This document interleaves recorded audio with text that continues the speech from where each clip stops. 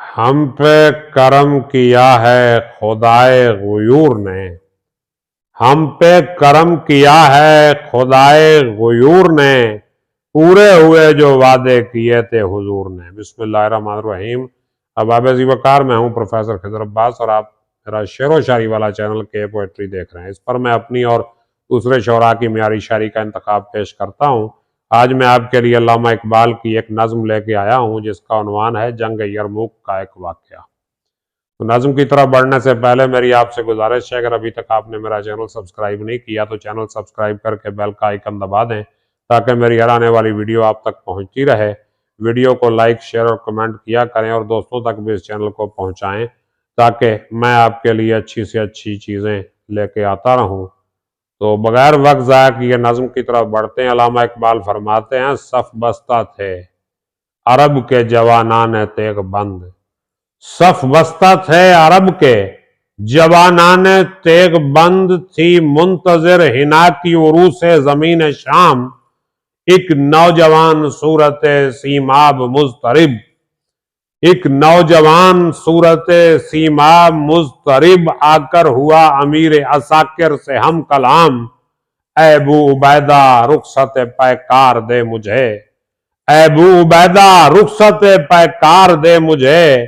لبریز ہو گیا میرے صبر و سکون کا جام، بے تاب ہو رہا ہوں فراق رسول میں، بے تاب ہو رہا ہوں فراق رسول میں، ایک دم کی زندگی بھی محبت میں ہے حرام، جاتا ہوں میں حضور رسالت پناہ میں، جاتا ہوں میں حضور رسالت پناہ میں، لے جاؤں گا خوشی سے اگر ہو کوئی پیام، یہ ذوق و شوق دیکھ کے پرنم ہوئی وہ آنکھ،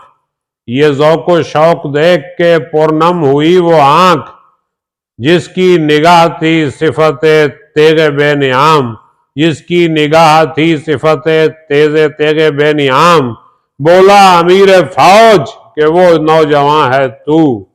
بولا امیر فوج کہ وہ نوجوان ہے تو، پیروں پہ تیرے عشق کا واجب ہے احترام، پوری کرے خدائے محمد تیری مراد،